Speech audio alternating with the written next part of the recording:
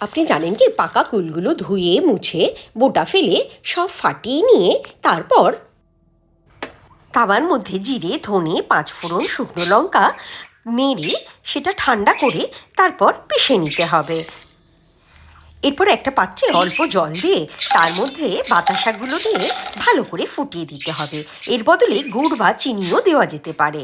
অন্য একটা পাত্রে 1 চামচ সর্ষের তেল, 1/2 চামচ পাঁচফোড়ন দিয়ে একটু ভেজে নিয়ে ফাটিয়ে রাখা কুলগুলো নিয়ে নেড়ে চেড়ে নিতে হবে। এর মধ্যেই দিয়ে দিতে হবে নুন, হলুদ, লঙ্কার গুঁড়ো দিয়ে আবার ভালো করে একটু নেড়ে চেড়ে নিয়ে ভেজে নিতে হবে। এবার এর মধ্যে ঢেলে দিতে হবে বানিয়ে রাখা রসটা, দিয়ে ভালো করে ফুটিয়ে দিতে হবে।